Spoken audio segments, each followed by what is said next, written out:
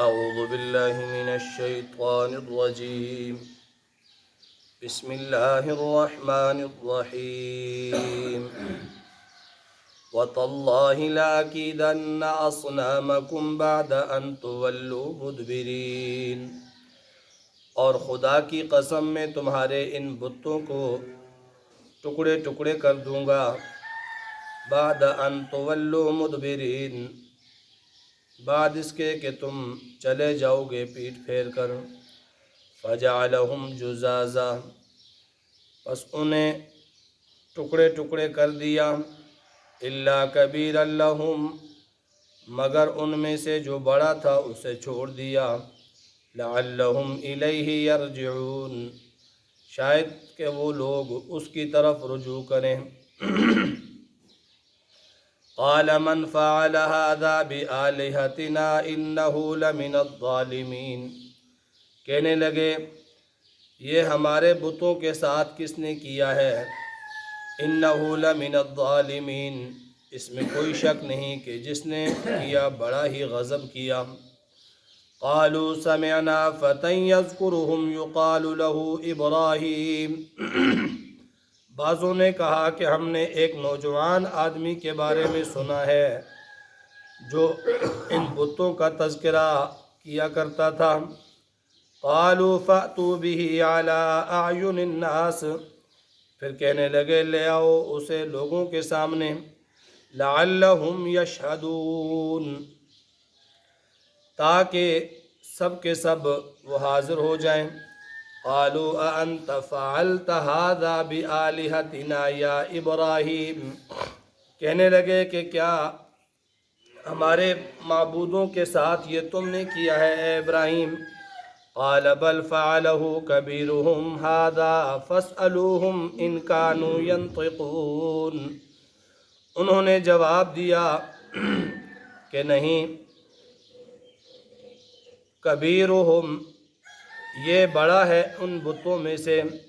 فاسألوہم اس سے پوچھ لو، ان کانوا ینطقون اگر وہ بولتے ہیں. فرجعوا الی انفسہم، اس پر وہ لوگ اپنے دل میں سوچنے لگے. فقالوا انکم انتم الظالمون، کہنے لگے حقیقت میں تم ہی لوگ ناحق پر ہو. ثم نکسوا علی رؤوسہم، پھر شرمندگی سے اپنے سروں کو جھکایا. لقد علمت ما هؤلاء ينطقون، کہنے لگے ابراہیم تو جانتا ہے یہ بولتے نہیں. قال افتعبدون من دون اللہ ما لا ينفعكم ولا شيئا ولا يضركم، ابراہیم علیہ السلام نے فرمایا تو کیا تم خدا کو چھوڑ کر ایسی چیزوں کی عبادت کرتے ہو جو تم کو نہ کچھ نفع پہنچا سکتے ہیں اور نہ کچھ نقصان پہنچا سکتے ہیں. اُفٍّ لَكُمَا وَلِمَا تَعْبُدُونَ مِن دُونِ اللَّهِ، تف ہے تم پر اور ان بتوں پر جن کو تم اللہ کے سوا پوجتے ہو. افلا تعقلون، تم سمجھتے کیوں نہیں ہو. کل کے درس میں حضرت ابراہیم علیہ السلام کی دعوت کا ذکر تھا کہ جب انہوں نے اپنے والد اور اپنی قوم سے بتوں کے متعلق سوال کیا کہ یہ کیسی مورتیاں اور شکلیں ہیں جن پر تم جم کر بیٹھے ہو اور جنہیں معبود اور الہ بنا کر بیٹھے ہو، تو قوم والوں نے اس کے جواب میں کہا کہ ہم نے اپنے باپ دادا کو اسی پر پایا ہے، لہٰذا ہم وہی کریں گے جو ہمارے باپ دادا کرتے آئے ہیں. ابراہیم علیہ السلام نے دلیل دی کہ تمہارا رب وہ ہے جس نے آسمانوں کو پیدا کیا، زمینوں کو پیدا کیا، خود تمہیں پیدا کیا، وہ تمہارا رب ہے، یہ بے جان بت تمہارے رب نہیں ہو سکتے. تو لوگوں نے کہا نہیں، ہم نے تو اپنے باپ دادا کو اس پر پایا ہے، تو ہم باپ دادا کے ہی راستے پہ چلیں گے. ابراہیم علیہ السلام یہ جان گئے کہ ان کے دلوں سے یہ آبا پرستی یہ دلائل کے ساتھ نہیں نکلے گی، کیونکہ سب دلیلوں پر ان کی ایک ہی دلیل ہے کہ باپ دادا ایسا کرتے تھے تو ہم بھی ایسا کریں گے. ابراہیم علیہ السلام نے ایک طریقہ اپنایا دعوت کا، اور یہ کہا کہ تاللہ لاکیدن اصنامکم بعد ان تولوا مدبرین، اللہ کی قسم تمہارے ان بتوں کو میں توڑ دوں گا اور ان کو ریزہ ریزہ کر دوں گا بعد ان تولوا مدبرین، جب تم واپس لوٹ کے آؤ گے۔ یہ ابراہیم علیہ السلام نے اپنے دل میں منصوبہ بنایا، کیونکہ ان لوگوں کو بات سمجھ نہیں آنی تھی دلائل کے ذریعے سے، کہ ان کی عقلوں پر، ان کے سمجھ پر، ان کی بصیرت پر بس وہی پردہ تھا آبا پرستی کا۔ تو ابراہیم علیہ السلام نے موقع کی انتظار کیا، اور موقع ملتے ہی جب یہ لوگ اپنے کسی قومی تہوار کے لیے شہر سے باہر تھے اور سب کے سب وہ نکلے ہوئے تھے، جاتے ہوئے ابراہیم علیہ السلام کو بھی دعوت دی تھی، آپ نے بہانہ کر کے آپ رہ گئے پیچھے۔ تو جب یہ لوگ نکل گئے تو ابراہیم علیہ السلام ان کے اس بت خانے میں آئے، تو آ کر سب کے سب بتوں کو توڑ دیا، فجعلہم جزازا، سب کے سب کو ٹکڑے ٹکڑے کر دیا، ریزہ ریزہ کر دیا، اور الا کبیرہ، ایک بڑے بت کو چھوڑ دیا۔ بڑے بت کو چھوڑنے کا مقصد یہ تھا لعلہم الیہ یرجعون، شاید کہ وہ لوگ ابراہیم علیہ السلام کی طرف رجوع کریں دریافت کرنے کے لیے، یا اس لیے چھوڑ دیا تاکہ لوگ جب پوچھیں گے تو ان سے کہوں گا کہ اس بڑے بت نے یہ کیا ہے، تو بڑے بت کی طرف یہ لوگ رجوع کریں گے۔ اس لیے ابراہیم علیہ السلام نے ان کے سارے بتوں کو ریزہ ریزہ کر دیا، بالکل ختم کر دیا، کسی کام کا نہ چھوڑا۔ اور انبیاء کرام کی بھی یہی تعلیم ہے، قرآن کی بھی یہی تعلیم ہے کہ جہاں کفر کے شعار ہیں، شرک کے شعار ہیں، ان کو بالکل ختم کر دو، ان کا وجود تک مٹا دو، ان کا کسی بھی طور پر کسی دوسری چیز کے اندر بھی ہرگز استعمال نہ کرو۔ دو تین مثالیں قرآن پاک کے اندر اس کی موجود ہیں۔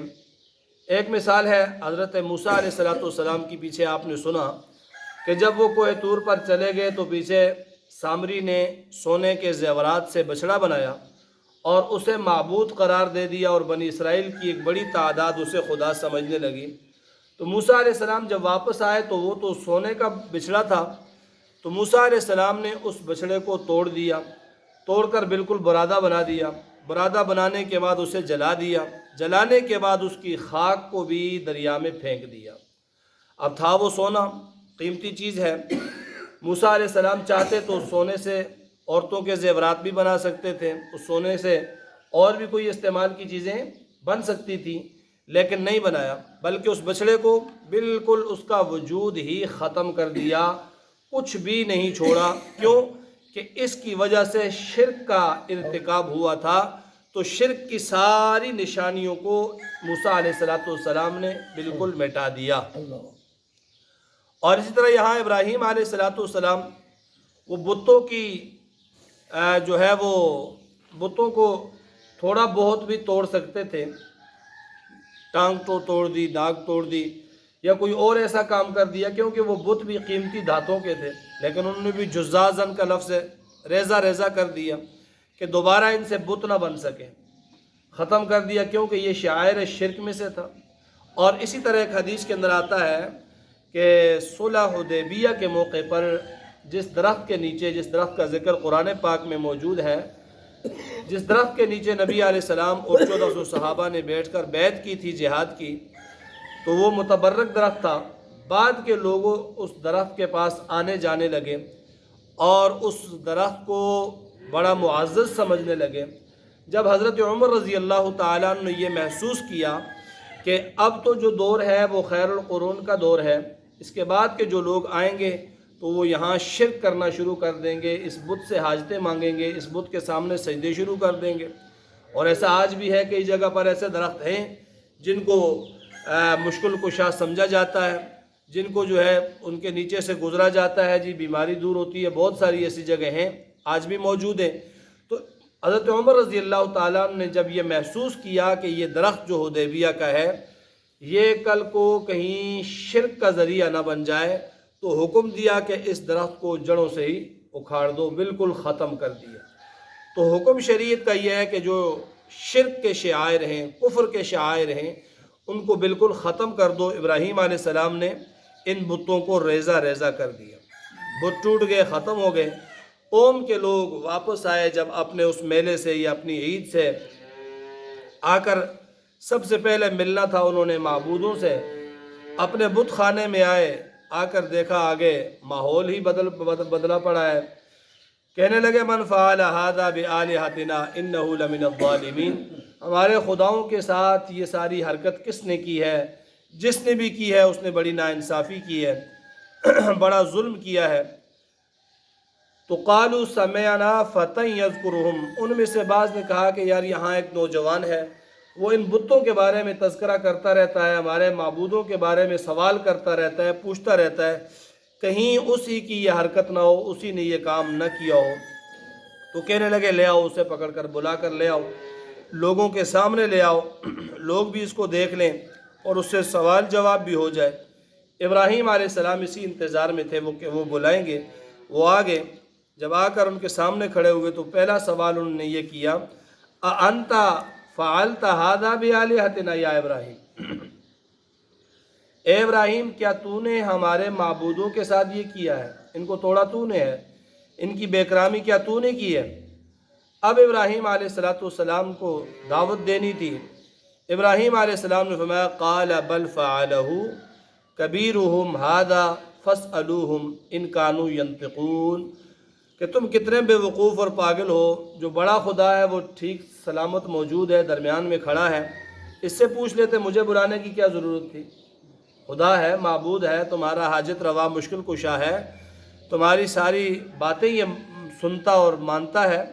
تو بل فعلہ کبیرہم، یہ بڑا ہے اسی نے کیا ہوگا، کلہاڑا بھی اس کے پاس ہے، تو اسی سے پوچھ لیتے، ان کانوا ینطقون، اگر یہ بولتے ہیں تو ان سے پوچھ لیتے۔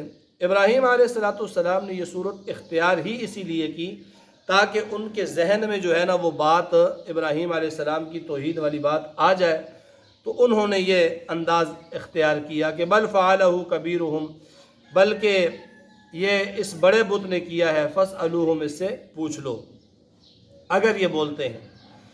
حالانکہ کیا ابراہیم علیہ السلام نے خود تھا، تو یہاں ابراہیم علیہ السلام نے بت کی طرف اس کی نسبت کر دی۔ ظاہری طور پر جملہ جو ہے وہ جھوٹ جو ہے نا وہ اس میں نظر آتا ہے کہ ابراہیم علیہ السلام نے خود توڑ کر یہ کہا کہ اس بڑے بت نے توڑے ہیں۔ تو یہ انبیاء جو ہے وہ جھوٹ سے پاک ہوتے ہیں کیونکہ وہ معصوم عن الخطا ہیں، تو اس لیے علماء نے لکھا ہے کہ یہاں یہ جھوٹ نہیں ہے بلکہ توریہ ہے، زمانی لفظ بولا ابراہیم علیہ السلام نے۔ اور 3 مقامات پر ابراہیم علیہ السلام نے ایسے الفاظ بولے کہ وہ جھوٹ تو نہیں تھے بلکہ زمانی، 2 معنوں والے وہ لفظ تھے۔ ابراہیم علیہ السلام اس سے ایک معنی مراد لیتے اور سننے والا اس سے دوسرا معنی مراد لے لیتا۔ ایک تو یہ ہے کہ جب انہوں نے کہا کہ کس نے توڑے ہیں، ابراہیم علیہ السلام نے کہا کہ پوچھ لو اس بت سے، مطلب یہ تھا کہ بل فعلہ، جس نے توڑے اس نے توڑ دیے، کبیرہم ھذا، یہ الگ جملہ کہ بڑا موجود ہے، فاسألوہم، اس سے تم پوچھ لو، تو یہاں جھوٹ بنتا ہی نہیں ہے۔ دوسرا یہ کہ جب ابراہیم علیہ السلام کو یہ لوگ میلے پر لے جانے کے لیے آئے اور آ کر کہنے لگے ابراہیم ہمارے ساتھ چلو، تو ابراہیم نے فرمایا کہ فقال انی سقیم، میں بیمار ہوں، تمہارے ساتھ نہیں جا سکتا۔ حالانکہ ابراہیم علیہ السلام بیمار نہیں تھے، تو اس کے بھی 2 معنی۔ ابراہیم علیہ السلام کا مقصد تھا کہ تمہارے جو یہ کفر و شرکیہ اعمال ہیں یہ دیکھ کر میری طبیعت خراب ہو جاتی ہے، اس لیے میں نہیں جاتا، اور ان کافروں نے سمجھا کہ حقیقت میں کوئی جسمانی بیماری ہے تو نہیں جا رہے۔ تیسرا، جب حضرت ابراہیم علیہ السلام اپنی بیوی حضرت سارہ کے ساتھ جا رہے تھے تو راستے میں ایک بادشاہ تھا جس نے یہ اصول بنایا ہوا تھا کہ میاں بیوی وہاں سے اگر گزرتے تو خامن کو قتل کر کے بیوی پر وہ قتل کرتا تھا، اور اگر بہن بھائیوں تو چھوڑ دیتا تھا۔ ابراہیم علیہ السلام جب وہاں پر پہنچے تو ان لوگوں نے، اس بادشاہ نے پکڑا، تو ابراہیم علیہ السلام نے فرمایا کہ یہ میری بہن ہے، کیونکہ اس وقت یہ 2 ہی مسلمان تھے کرۂ ارضی پر، اور اللہ کا فرمان ہے کہ تمام مسلمان آپس میں بہن بھائی ہیں، بھائی بھائی ہیں۔ تو ابراہیم علیہ السلام نے یہ سچ لیا اور کافر نے یہ سمجھا کہ یہ نسبی بھائی ہیں تو انہیں چھوڑ دیا۔ تو اس کو جھوٹ نہیں کہتے بلکہ اسے توریہ کہتے ہیں، اور اس پر کوئی گناہ نہیں ہے۔ فرجعوا الی انفسہم، جب ابراہیم علیہ السلام نے کہا اس بڑے سے پوچھ لو اگر یہ بولتا ہے، تو پھر انہوں نے اپنے دل میں ذرا سوچا، اپنی طرف رجوع کیا اور دل ہی دل میں کہنے لگے کہ ابراہیم کہتا تو ٹھیک ہے، انکم انتم الظالمون، ہم خود ہی بڑے ظالم ہیں کہ جو ایک خدا کو چھوڑ کر بتوں کے پیچھے لگے ہوئے ہیں، لیکن اظہار نہیں کیا۔ ثم نکسوا علی رؤوسہم، شرمندگی سے سروں کو جھکا دیا، سر نیچے کر دیے، اور پھر مجبوراً کہنے لگے ابراہیم تجھے تو معلوم ہے یہ بولتے نہیں ہیں، یہ بولتے نہیں ہیں۔ تو پھر ابراہیم علیہ السلام نے کہا فتعبدون من دون اللہ، کیا معلوم ہونے کے باوجود بھی تم عبادت کرتے ہو اللہ کو چھوڑ کر ان کی، ما لا ینفعکم، جو نہ تمہیں نفع دیتے ہیں، لا یضرکم، نہ نقصان پہنچا سکتے ہیں۔ کیسا خدا ہے تمہارے، کیسا عقیدہ ہے تمہارا، سوچتے بھی نہیں ہو۔ اف لکم ولما تعبدون، تف ہے تم پر بھی اور تمہارے ان معبودوں پر بھی اللہ کے سوا، افلا تعقلون، تم سمجھتے نہیں ہو۔ اب یہ دعوت دینے کے بعد ابراہیم علیہ السلام کی یہ مضبوط دلیل کے بعد ان کے پاس جواب تو کوئی نہیں تھا۔